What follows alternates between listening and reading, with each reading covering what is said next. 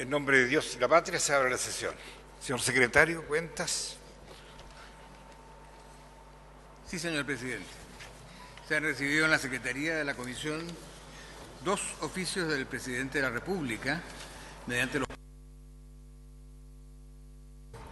hace presente la urgencia con carácter de suma respecto del proyecto que modifica el sistema privado de salud incorporando un plan garantizado, boletín 8105, también conocido como Ley de ISAPRES, y el proyecto sobre reconocimiento y protección de los derechos de las personas con enfermedades terminales y el buen morir. Ambos plazos vencen el 24 del mes de octubre en curso. Esa es la cuenta, presidente. Muy bien.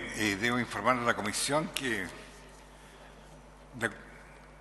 con respecto al acuerdo que tomamos como comisión, debo oficiar al señor ministro de Salud para que el proyecto de FONASA, que se va a retirar de la Cámara de Diputados, el nuevo proyecto ingrese por esta comisión para que tanto el proyecto de fortalecimiento de FONASA y de modificación de ISAPRE vayan al mismo ritmo y vayamos viendo las dificultades que tiene uno y otro proyecto. Esa es información para todos los senadores. ¿Presidente? Senador. Presidente, que ingrese el proyecto de FONASA por el Senado nos va a permitir tener los dos proyectos a disposición y ciertamente esta es la comisión que está comprometida a sacar adelante la reforma al sistema privado. Si logramos también hacerlo conjunto con la modificación del sistema público, vamos a tener una mejor legislación más coherente. Por tanto, por supuesto, hay unanimidad de la comisión para pedirlo de esa forma. No, por supuesto, senador. En base a eso será solicitado, como habíamos acordado como miembro de la comisión, para ir viendo los dos proyectos y si vamos a fortalecer uno también tenemos que estar en concordancia con el otro proyecto. Muy bien, vamos a entrar en materia. Hacemos pasar a los invitados. Vamos a iniciar. Senadora, ¿qué va a ser los invitados? Una pregunta más operativa. Nosotros mañana vamos a continuar con el estudio de la reforma del sistema ISAPRE, pero también tenemos con urgencia suma el de enfermos terminales. ¿Cómo está pensada la tramitación de ese proyecto?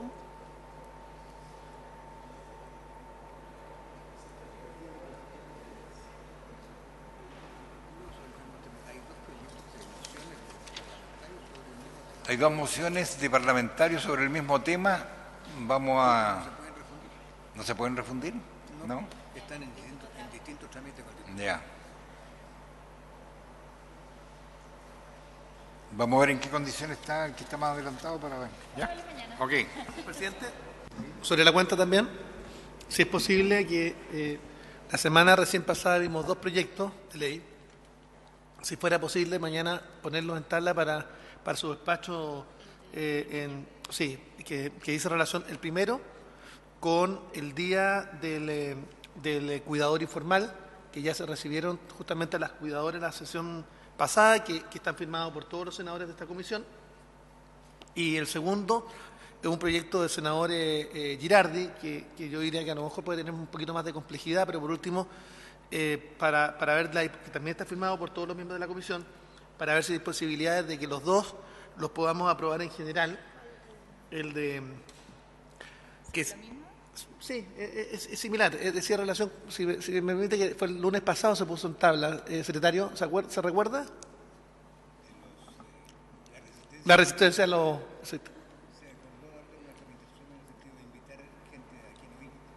Ok. Pero sí, porque ya lo vimos en una primera sesión, invitamos y ellos mismos pidieron que se invitara a otra. Perfecto, pero el de cuidadores informar el día, eso lo podemos poner en tabla para poder despacharlo. ¿Te parece? Okay, se lo acordamos, gracias. Bien, muy bienvenidas todas las invitadas. Está invitada la presidenta y vocera nacional del Movimiento Guatita Adelantar y Obesidad al Auge, la señora Mirta Espinosa. ¿Está por ahí doña Mirta Espinosa? ¿No están? ¿No están? Ah, perdón. La señora subsecretaria de Salud, Pública, doctora Paula Daza, se ha disculpado, pero viene en representación de ella y para exponer sobre el trasplante de médula. Doctor, ¿quién es? Doctor. ¿Ah? Doctor Becerra, ahí está. Bienvenido, doctor, y comitiva. Y a la gerente general de Clínicas de Chile, señora Ana María Albornoz. Muy bien. Vamos a empezar primero por las guatitas de delantal, que pongan cuál es el trabajo que la entidad ha realizado en Chile.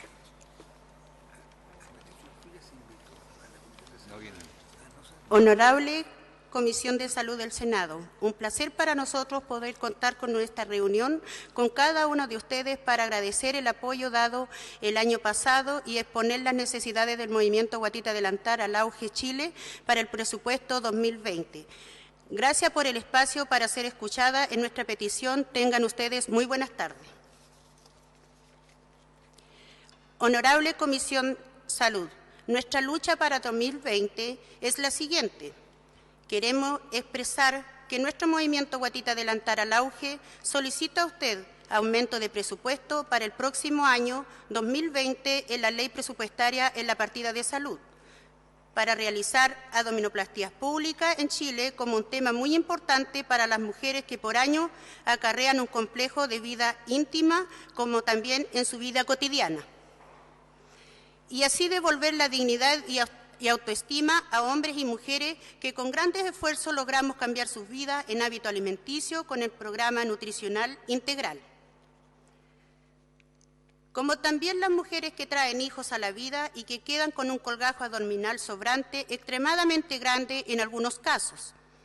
También en la realidad de las mujeres que han sido sometidas a cesáreas mal ejecutadas con daño obstétrico. Esta reparación abdominal es una patología muy importante para nosotros, que sea reconocida como una enfermedad que deja a las personas sometidas en depresión, maltratos psicológicos y discriminaciones. Queremos que ustedes nos apoyen. Esto no es una cirugía estética, es reconstrucción y reparación de la dignidad de miles de personas. Ya que como movimiento nacional nosotros estamos generando conciencia en las personas para que hagan cambios importantes en sus vidas, en los hábitos alimenticios, promocionando la vida saludable a través del programa instalado por nuestra primera dama, la señora Cecilia Morel, demostrando con hechos reales que se hace una economía para el gasto en salud, ya que las personas que nosotros estamos ayudando han dejado de ser crónica, hipertensia, diabética, enfermedades cardíacas, y dejan sus depresiones al cambiar sus vidas.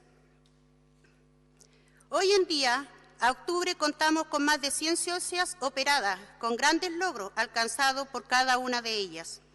Queremos solicitar a usted una cantidad de 7.000 millones de pesos para triplicar las cirugías programadas para el 2020 y llegar así a 2.922 cirugías en los 29 hospitales regionales de Chile. Como sabemos que estos presupuestos se pueden negociar, queremos seguir aumentando este programa de abdominoplastías públicas y también el libre elección como programa PAD de abdominoplastía. Ya se inició este exitoso programa en el 2019, gracias a 3 años de lucha, y se ganó en la ley presupuestaria del día 21 de noviembre del 2018. 2.500 millones de pesos para alcanzar 974 abdominoplastías en Chile en 22 hospitales regionales de nuestro país. También solicitamos que se incorporen los protocolos prosoperatorios el programa nutricional integral como parte fundamental para acceder a dicha cirugía, para así no ser un fracaso con el pasar del tiempo, ya que todos sabemos que la abdominoplastía es una sola vez en la vida. También solicitamos que se incorpore el protocolo la paridad completa de las mujeres, porque creemos que es una irresponsabilidad del Servicio de Salud operar a una persona que sigue fértil con posibilidades de embarazarse. También le solicitamos que el movimiento Guatita Delantal al Auge sea incorporado en las mesas de trabajo en conjunto con los servicios de salud, ya que hemos sentido marginadas de dicho presupuesto ganado en las calles por el movimiento que fue quien luchó por esta patología desde hace 3 años, como todos ustedes están en conocimiento. También solicitamos que se vea el proyecto de acuerdo que fueron votados unánimemente, que esta patología pueda ser incorporada en el GES por las dos cámaras, es decir, Cámara de Diputados y Cámara de Senadores. Queremos expresar que el presupuesto ganado anteriormente, en el 2019, se dijo que se vería el programa integral en conjunto con los especialistas requeridos por el movimiento, psicólogo, nutricionista, kinesiólogo, profesional de educación física. Mínimo para un año para las personas que lo necesitan, pero lamentablemente hoy en día muchos servicios de atención primaria no cuentan con dicho programa o lamentablemente los cupos no dan abasto y no podemos ayudar a nuestras socias siendo nosotras mismas quienes las ayudamos a bajar de peso, pero no son consideradas por el programa a pesar de cumplir los requisitos. Como todos sabemos, nuestro presidente Sebastián Piñera quiere promover la familia. Nosotros como mujeres no tendríamos problema de seguir dando a luz, pero solicitamos que después de nuestro embarazo, en su totalidad se los devuelva la vida e imagen corporal, que queremos volver a sonreír, queremos volver a ser mujeres felices, sin humillaciones, sin discriminaciones y sin maltrato.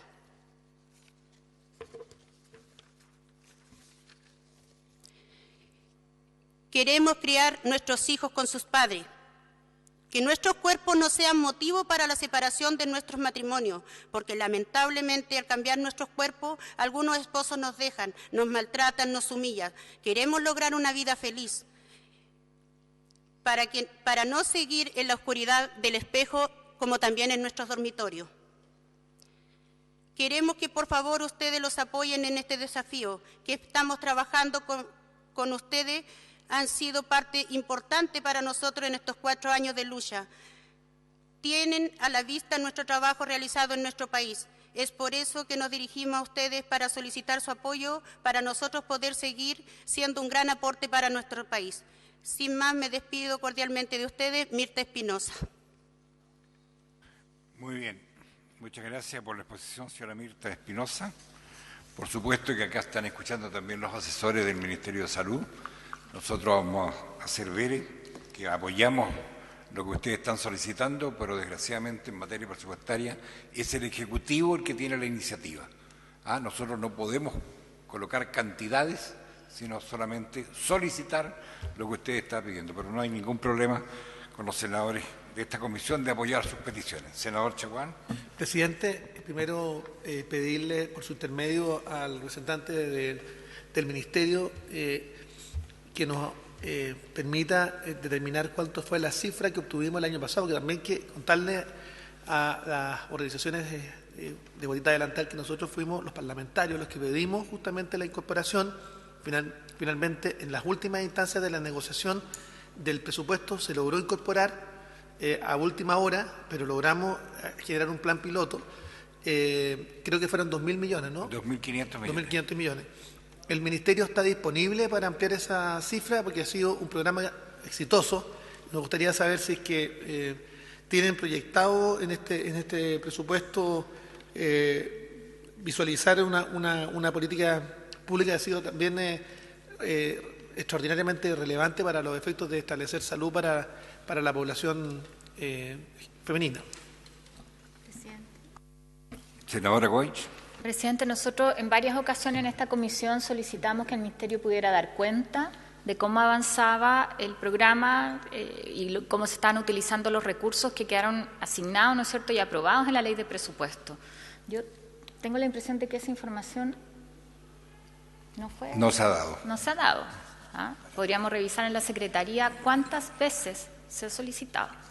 Entonces, a mí me parece que es un mínimo de seriedad de parte del Ministerio, de parte del Gobierno, frente a un compromiso así, donde además todos entendemos que partíamos con estos recursos construyendo algo que no es solamente una cirugía, sino que buscaba hacer un abordaje integral a un problema que se puso sobre la mesa y se acogió.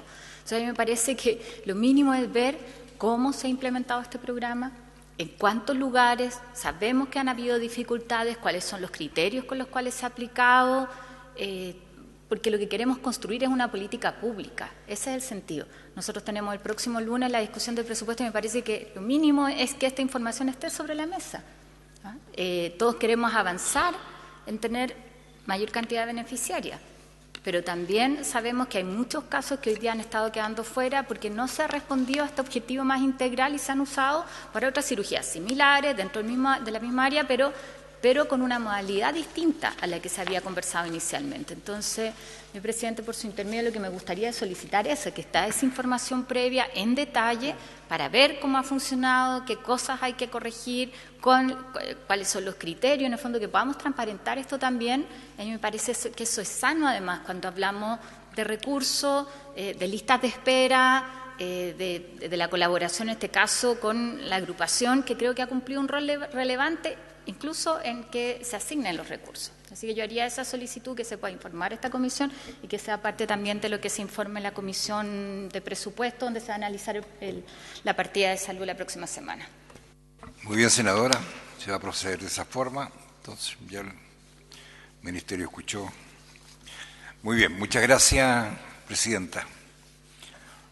Ofrezco la palabra ahora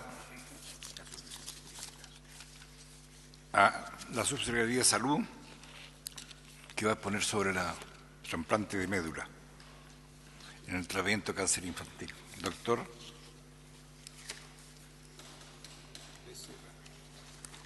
Doctor Becerra o don Jaime González. Senador, muchas gracias por su intermedio. Presentar al doctor Sergio Becerra, que es el jefe del programa de cáncer del Ministerio de Salud, dependiente de la Subsecretaría de Salud Pública. Lo acompaña la doctora Julia Palma, la doctora Paula Catalán y el doctor Cristian Sotomayor. Dejo al doctor Becerra para que haga una breve introducción y presentación de quiénes son los médicos que lo acompañan. Gracias, señor presidente. Muy bien, doctor. Un gusto verlo de nuevo. Bueno, nos citan para dar una pequeña reseña de lo que estamos haciendo como estado de los tratamientos de trasplante de médula ósea en niños del programa de cáncer infantil. Me acompañan los doctores que menciona Jaime, porque en particular este tipo de tratamientos son de muy alta complejidad.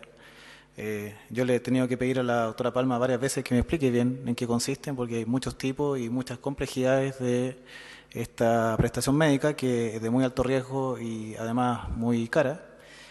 Como ustedes saben, yo me dedico a la radioterapia, esa es mi área de expertise, así que por eso me acompaño de los expertos en esta área particular.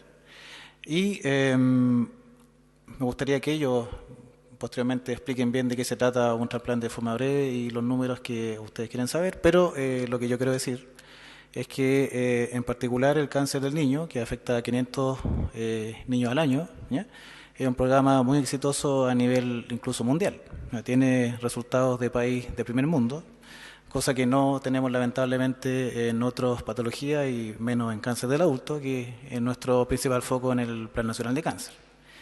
Tenemos resultados de sobrevida de estos 500 niños de sobre un 80%, lo cual es bastante llamativo, es los números que consigue Alemania o Estados Unidos con toda la tecnología y recursos que tienen.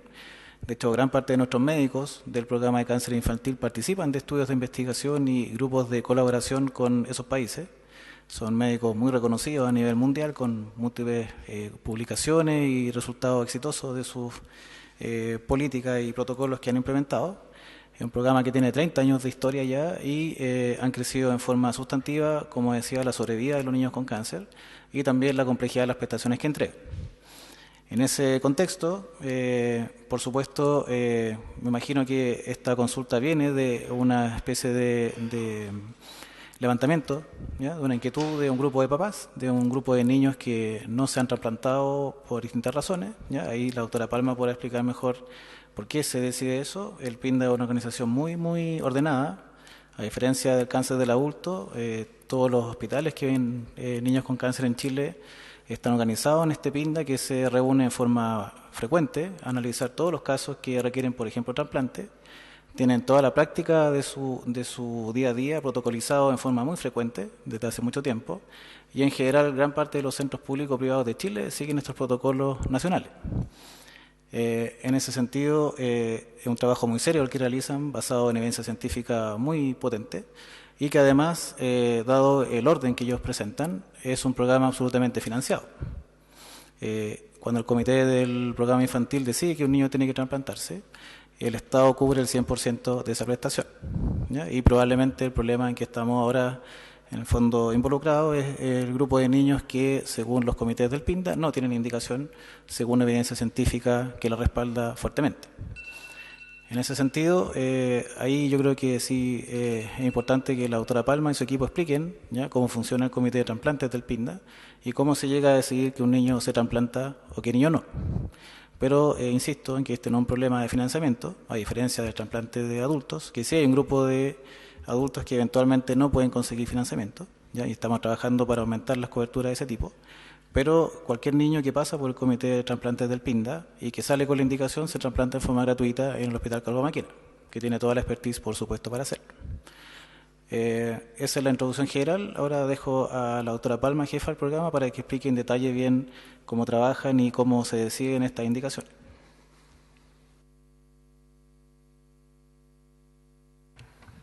Muy buenas tardes a la Honorable Comisión de Salud del Senado y especialmente a la senadora Goit, con quien ya hemos trabajado previamente.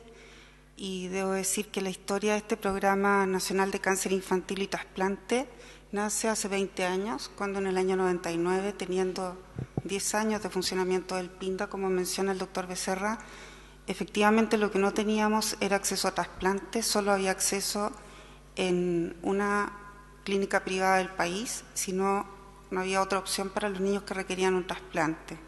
Y en ese momento, tanto el Ministerio de Salud, el FONASA, el Hospital St. Jude de Memphis, Tennessee, como también el PINDA y el Calvo Maquena decidieron centralizar los esfuerzos en un solo hospital, en el Calvo Maquena, para partir el programa de trasplante pediátrico en Chile. Nosotros evidentemente estamos muy lejos de desconocer que esto ha sido un programa que ha sido progresivo en el tiempo, donde tuvimos que ir sumando tipos de trasplante en el tiempo, complejidad y aumentando los recursos. Recuerdo cuando partí en esto, y era 20 años más joven, efectivamente se me dijo que en un año debía probar que si trasplantaba a 10 niños, esos 10 niños no se morían porque si no se cerraba el programa de trasplante en el Calvo Maquena. Así partimos y a la fecha tenemos 450 niños trasplantados con una sobrevida de un 65%. No puedo desconocer también que la complejidad ha ido en aumento. En el año 1999 iniciamos el programa de hermano compatible y trasplante autólogo. En el año 2003 sumamos el trasplante de cordón. En el 2006 fuimos pioneros en Latinoamérica haciendo trasplante haplodéntico, cosa que nadie más se atrevía a hacer en Latinoamérica, gracias al apoyo de Estados Unidos y Alemania. Y en el año 2017, gracias al empuje de una gran mujer, que es la senadora Goit, tuvimos la posibilidad de hacer el primer trasplante no emparentado. Ese primer trasplante no emparentado abrió la puerta en el sistema público para que pudiéramos soñar con tener opción a hacer ese tipo de trasplantes. Trasplantes que me permito un poco compartir con ustedes, pueden ser relacionados, que son los más sencillos, o no relacionados. Y dentro de los no relacionados, donde está el trasplante no emparentado, existen múltiples posibilidades de donantes, y en ese sentido es que hace un año participé fuertemente del directorio de DKMS hasta enero de este año, ya que era importante impulsar junto con el doctor Francisco Barriga de la Universidad Católica el que se pudiera desarrollar este programa de tener un registro en Chile para donantes no emparentados. En ese sentido, quisiera solo aclarar que un niño esté puesto en una lista de trasplante no necesariamente significa que el niño se vaya a poder trasplantar. El poder llegar al fin del camino de un trasplante implica tener al paciente en condiciones de ser trasplantado, que esté, en el caso de las enfermedades como las leucemias, en remisión de su enfermedad oncológica y que tenga un donante disponible. Debo decir que con el andar desde el 2017 a la fecha, con bastante propiedad, podemos decir que la mitad de los niños en los cuales encontramos un donante en algún registro, ese donante no resulta ser efectivo ya que decide no donar o no está en condiciones de donar. Por lo tanto, pensar que los niños que tenemos en una lista de trasplantes van a ser donantes, niños con donante y listos para ser trasplantados, no es una realidad, ya que depende mucho de que efectivamente el donante esté en las condiciones que se requieren. En ese sentido, yo siento que hemos ido saldando la brecha lentamente. Obviamente, se requiere aumentar el número de trasplantes, tener más disponibilidad de donantes y, ¿por qué no soñar en tener alternativas diversas como segundos prestadores o un segundo centro de trasplante en Chile es un sueño que pudiera ser en un mediano plazo factible. Yo pienso que es totalmente planteable y pienso que la manera de caminar hacia esto es construir y no destruir. Y por eso estamos acá y me acompañan mis colegas Paula Catalán, Cristian Sotomayor, con quienes efectivamente hacemos posible que este programa siga adelante con un compromiso 24/7. Debo decir que ninguno de nosotros tres ha trabajado jamás en una clínica privada y estamos completamente comprometidos con el sistema público chileno. Muchas gracias. Muchas gracias, doctora. Senadora, ¿alguna consulta? Sí, presidente. Yo me alegro de que estemos hoy día acá todos, que estén de alguna manera también las oncomamás aquí representadas, que esté, y lo ha planteado la doctora Palma, nos encontramos una vez en una actividad de DKMS y además habían algunas oncomamás ahí, y ahí nos conocimos físicamente, cara con cara, pero ella había sabido de los esfuerzos que habíamos hecho y que me había tocado representar como senadora a propósito de un par de casos en Magallanes, de niñas que necesitaban justamente este procedimiento, el trasplante, y claro, siempre el esfuerzo fue no solo individual, por supuesto que uno empatiza con la realidad de una mamá, además eran situaciones que estaban en Valdivia, que tenían anexo todas estas complejidades de la separación de la familia, estábamos tramitando el SANA como licencia, en el fondo una mirada más integral a cómo abordamos la realidad del cáncer, en particular el cáncer infantil. Y yo decía que más que preocuparnos del caso específico, además de hacerlo, dijimos cómo se abre esta alternativa para muchos niños, en el caso de trasplantes con injertos, ¿no es cierto?, que venían distintos, ¿no es cierto? Y ahí hubo una experiencia exitosa y hubo otra que no fue tan exitosa también, ¿no? 2 niñitas, y yo en eso quiero partir reafirmando, ¿no? Porque además lo pude ver en terreno a partir de ese encuentro, estuvimos, conocimos el detalle, las cosas a veces administrativas que son las que no se conocen y donde, claro, uno discute acá, discute presupuesto, yo mencionaba la ley, aumentamos, pero en toda la operación de eso hay también harto que decir, ¿no? Harto que ajustar, planteémoslo en positivo. Y yo creo que eso es muy importante cuando todos compartimos el mismo objetivo. Es como un programa que reconocemos todo el éxito que tiene en el caso del PINA, todo. O sea, en eso no hay una duda. Es más, lo que conversamos, yo creo que fue en la sesión pasada, presidente, con el ministro, le pedimos que en cáncer, en general, tengamos la misma garantía que en cáncer infantil. O sea, cuando nos quedan el 15% de los cánceres, doctor Becerra, más o menos, por cubrir en el auge, lo que esperamos es que en el próximo decreto auge tengamos una garantía similar, porque queremos seguir el éxito que hemos tenido en cáncer infantil. Y al menos uno debería tener una garantía de oportunidad cuando hablamos de los otros cánceres. Y por supuesto que hay tratamientos, hay harto más ahí que definir, pero el cómo se trata con urgencia.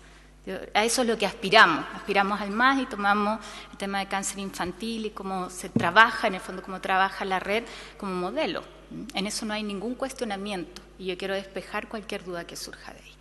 Pero lo que hoy día yo creo nos convoca es, a partir de lo que ya se ha avanzado, cómo podemos seguir ajustando. Acá, además, entendiendo que nosotros tenemos un sistema de salud donde existen alternativas privadas y lo que nos interesa a todos es reforzar el sistema público y la capacidad del sistema público y que la legítima libertad de las personas, el poder optar, esa libertad bien condicionada a los recursos que significa esto. Y por eso tiene que ser una garantía, ¿no es cierto? Y de eso nos preocupamos, en el fondo, cuando se dice que se tratan todos los cánceres, incluido en el caso infantil de menores de 15 años, que también se requiere un trasplante, eso tenga la oportunidad, además, que se ha hecho con la oportunidad necesaria. En eso despejar las dudas que pueda haber. Si hoy día los convocamos, es para ver en qué cosa podemos avanzar para mejorar lo que hoy día se está haciendo. Entonces, yo ahí tomo lo que plantea la doctora respecto de la alternativa de la compra de servicio, o me gusta mucho más todavía un segundo prestador público. Me gustaría que si nos pudiera entregar un poquito más de detalles de en qué situación están, cuántos son los niños que hoy día se tratan. Yo me acuerdo cuando hice la visita estaban habilitando algunas salas adicionales, eso requiere por supuesto cuidados especiales, pero creo que la pregunta hoy día es respecto de la cantidad de niños que se trasplantan y la cantidad de niños que se deberían trasplantar, ¿tenemos los recursos suficientes hoy día para cumplir esa garantía? Y me pongo en los zapatos de un papá o de una mamá, y entiendo perfectamente que uno por un hijo va a buscar todas las alternativas. Y pongo sobre la mesa además que ganarle al cáncer a veces no es sanarse. O sea, para cualquier mamá o papá vivir un año más con su hijo, celebrar un cumpleaños adicional es una ganancia también. Absolutamente. Y creo que en eso la invitación es acoger desde la sensibilidad que implica, y creo que en eso ustedes conocen mucho mejor que yo testimonio y por eso también los esfuerzos que se hacen y los resultados que tienen. Me gustaría como preguntar eso porque yo entiendo que esto más bien surge de conocer la lista de espera que hay y cruzarlo con lo que realmente hoy día se hace. Exactamente. ¿Cuál es la estimación? Y solamente para terminar ahí la pregunta, porque uno son el caso oncológico, pero también qué pasa, lo conversamos en la mañana con la doctora telefónicamente, pero yo creo que es bueno que quede para la sesión también el dato, los casos de aplasia medular, que claro, no es es distinto al tema del cáncer, pero sí también tienen urgencia y hoy día no están en el GES esos niños. Entonces tenemos capacidad en el sistema para trasplantarlo, que es lo que se requiere para poder salvar esas vidas. No, excelente. Sus preguntas yo creo que apuntan a lo que nos convoca y a lo que nos preocupa a todos, tanto a las oncomamás como a la comunidad, como a todos los padres de nuestros niños. Y efectivamente nuestra capacidad de respuesta actual con los cupos que tenemos, que ha sido progresivo en su instalación en el tiempo, partimos en el 99 con 2 cupos, en el 2000 partimos con 4 cupos, en el 2011 recién fueron 6 cupos y recién en el 2017 con su intervención logramos los 10 cupos. Por lo tanto, nosotros con 10 cupos podemos trasplantar con tranquilidad para poder reingresar los niños y hacer un buen trabajo, 40 pacientes, 42 pacientes, que es lo que yo asumo vamos a lograr este año con los pacientes básicamente oncológicos. Y para poder dar cuenta de esa otra parte de los niños, que son los niños hematológicos, inmunológicos o con enfermedades metabólicas que requieren trasplante, que va más allá de la aplasia medular, nosotros sabemos que el 85% son niños con cáncer y hay un 15% de niños con enfermedades que no son cáncer. Y de ese 15%, el 40% son aplasias medulares, el otro 40% son enfermedades inmunológicas. En ese grupo de pacientes tenemos una deuda que la única forma de saldarla es o comprando servicios o creando un segundo centro o ampliando el Hospital Calvo Maquena. En una medida que yo agradezco a la comunidad que nos ha ayudado a lograr esta instancia de mirada desde el Ministerio y con toda la voluntad del Ministro, del Jefe del Programa de Cáncer, ha sido dar todos los recursos para que podamos nosotros equipar 4 salas en la unidad de cuidado intensivo del Calvo Maquena, que en este momento no tienen personal para ser utilizadas en modalidad intensivo y que nosotros a partir del 15 de noviembre podamos funcionar por 6 meses en la unidad de cuidado intensivo, mientras el AMICAM o Fundación de Amigos del Calvo Maquena construye sobre el 3er piso el ala restante de trasplante que quedó al debe cuando nosotros tuvimos la oportunidad de mudarnos a este edificio nuevo. Por lo tanto, si eso se lograra, esto es una alternativa, sumado a lo que planteó el señor Arismendi en una reunión que era la mirada hacia Valdivia, y yo le pedí a una colega mía, que es la doctora Claudia París, quien trabajó en trasplante, tuve una reunión con ella, y ella hace visitas frecuentes al Hospital de Valdivia porque trabaja allá, y le pedí que aplicara una pauta de cotejo externa a mí para analizar qué cosas pendientes o qué cosas faltarían en Valdivia si nosotros quisiéramos echar a andar un programa chiquitito de trasplante en el sur de Chile, como para poder sumar a lo que tenemos nosotros en Santiago. Así que eso está pendiente y espero tener la respuesta aquí al 15 de noviembre también. Son las 2 cosas que hemos trabajado en este tiempo con el jefe del programa de cáncer. Doctor Becerra. Sí, ahora para complementar lo que cuenta la doctora, nosotros también estamos dentro del contexto del plan y como concepto general el tratar de fortalecer la República, no de comprar servicios. Por lo tanto, preferimos apostar por ampliar la capacidad del Calvo Maquena y además porque el trasplante es una prestación de muy alta complejidad, probablemente la más compleja que se entrega en la pediatría, junto con otras, me imagino, otras especialidades, y es necesario que gente con mucha experiencia, como los doctores que me acompañan, pueda liderar ese proceso. ¿Ya? No es conveniente cuando uno tiene patología de alta complejidad. También el plan de cáncer de adultos tiene contemplado generar centros de alta resolución, de alta complejidad y otros más sencillos. Usted tiene que juntar la tecnología, la infraestructura y el conocimiento en lugares muy específicos, porque son muy pocos los casos que aparecen ¿ya? Dentro del contexto general del sistema de salud y que tienen alto riesgo, por lo tanto necesitan estar en las mejores manos. Y por eso, en el fondo, es lo que estamos planteando hacer junto con el ministro y el doctor Lastra, director del Calvo Maquena. Gracias, doctor. Senadora Goich. Yo, a propósito de lo que plantea el doctor Becerra, quiero recordar que uno de los fundamentos, de las bases de la Ley Nacional de Cáncer y en la cual también se construye el plan, sobre el cual se construye el plan como estrategia de política pública, es la colaboración público-privada. O sea, yo creo que todos entendemos que el cáncer es una tarea de tal dimensión que requiere los esfuerzos articulados de todos.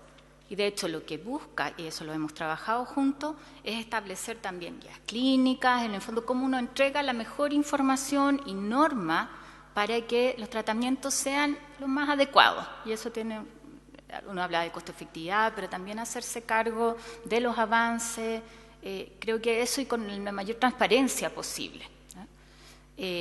Mi pregunta ahí es porque yo también comparto el objetivo de fortalecer la red pública.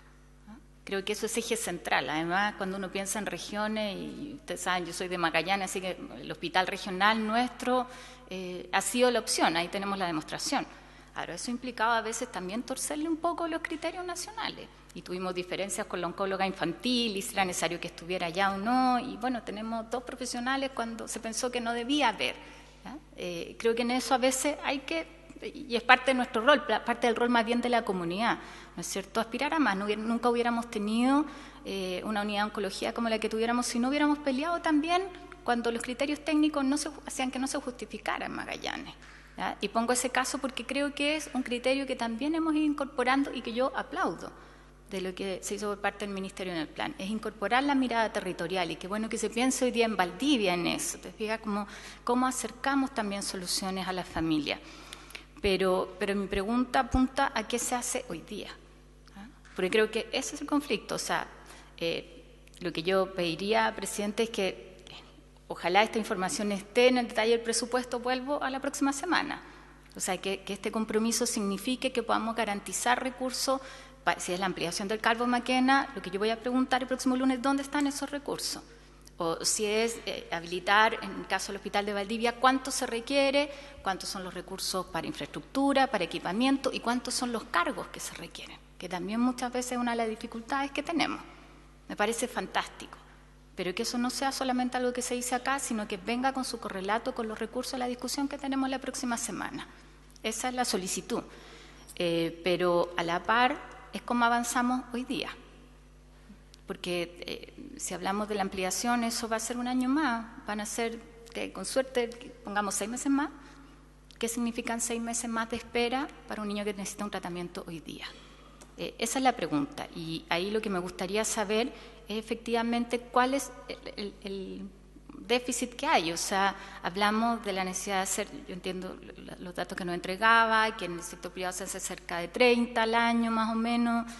No sé si ese es efectivamente el dato o no, y cuánto es el total, porque lo que podemos hacer hoy día es, así como se hacen otras cosas que tienen urgencia, es la compra de servicios, no porque esa sea la vía por la que vamos a optar, sino mientras generamos las capacidades en el sector público y en un trabajo colaborativo, que yo creo que es justamente el sentido de lo que ha trabajado el PIND a nivel nacional.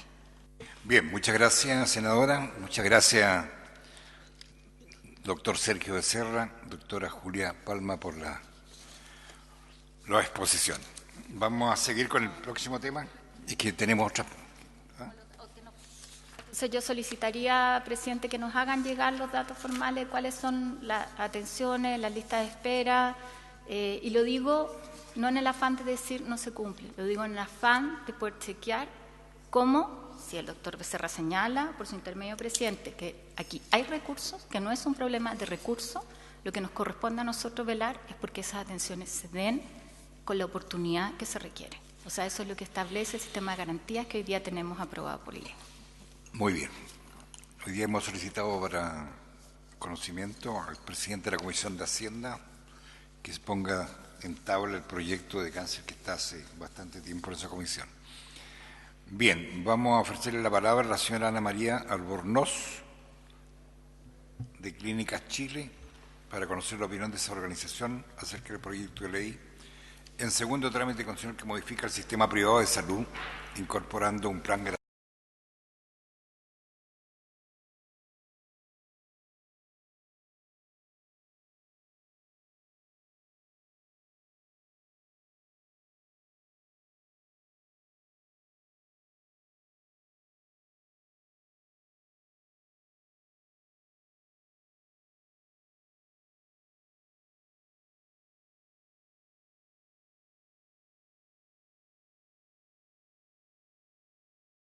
Árido, pero eso significa que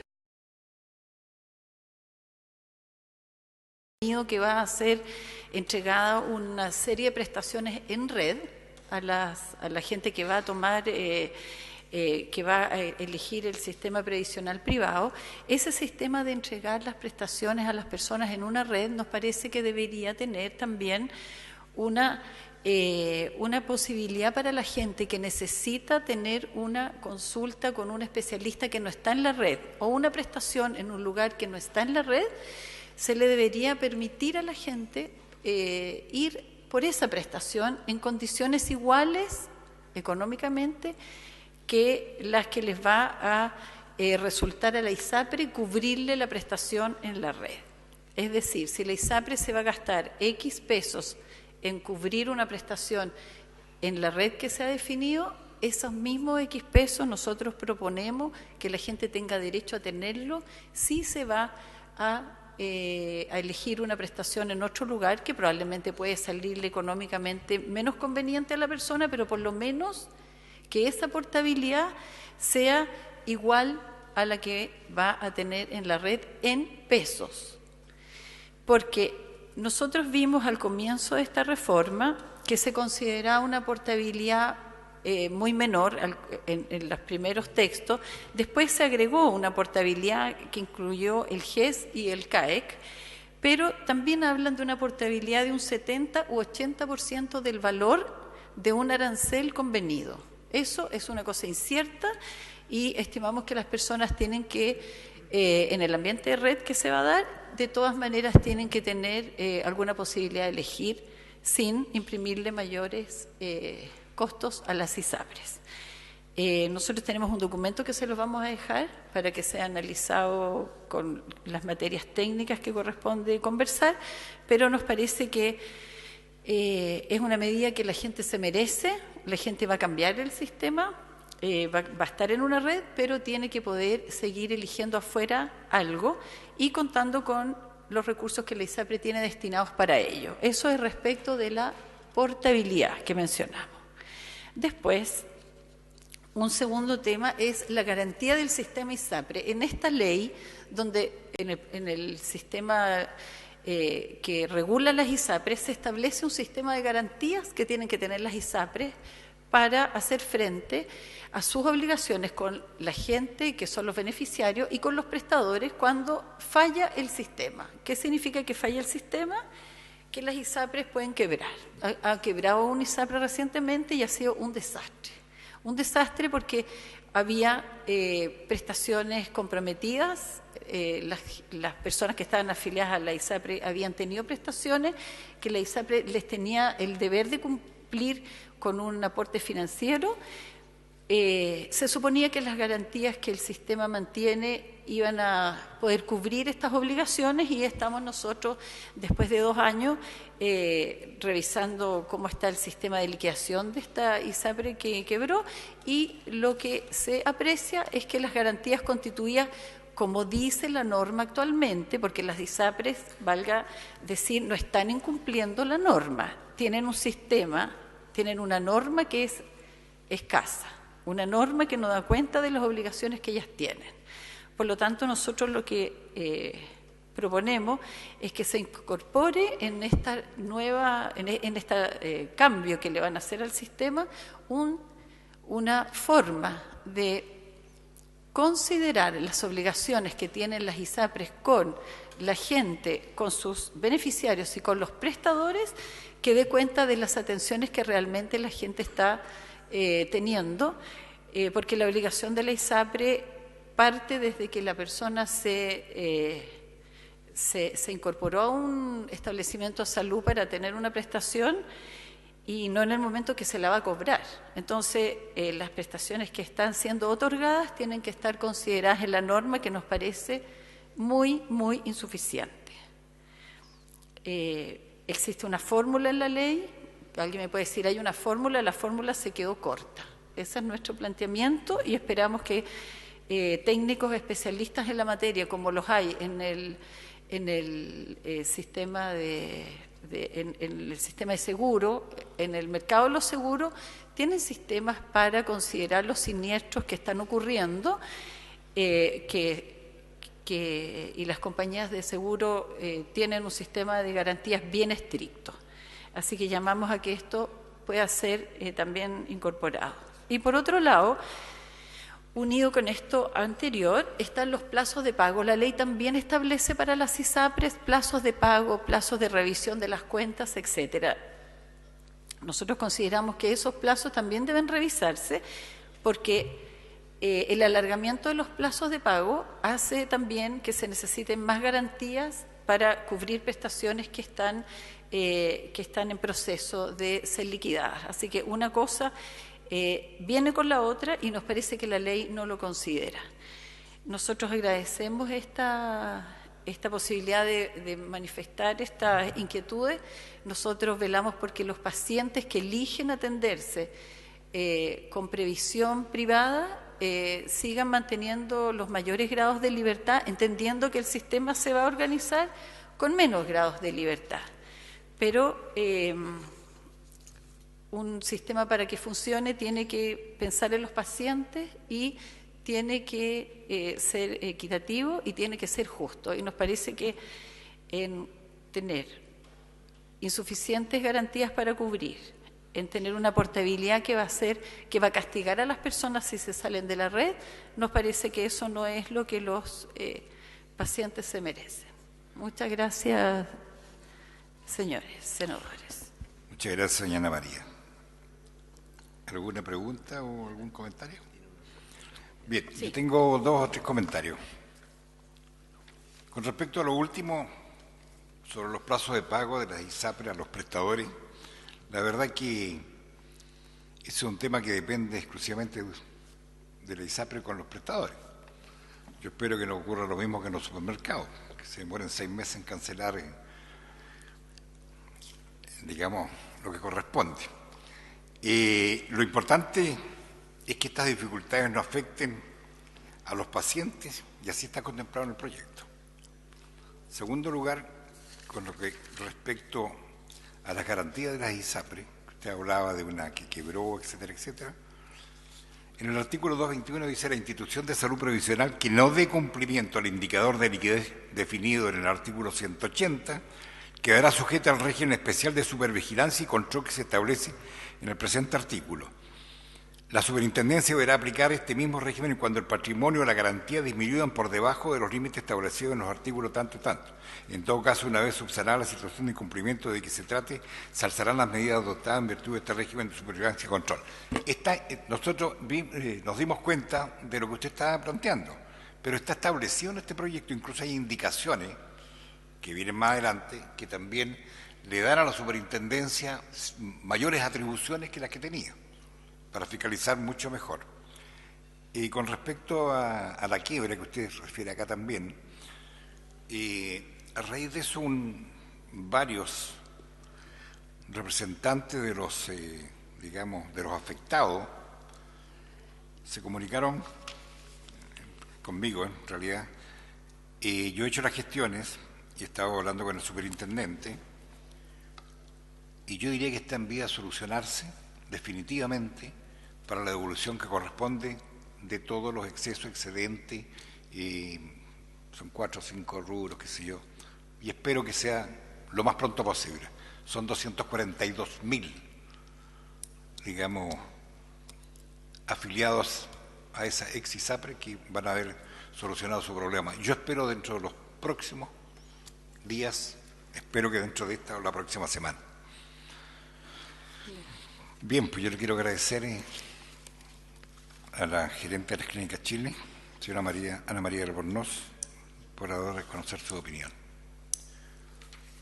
Habiéndose cumplido el objeto de esta sesión, se levanta. Muchas gracias.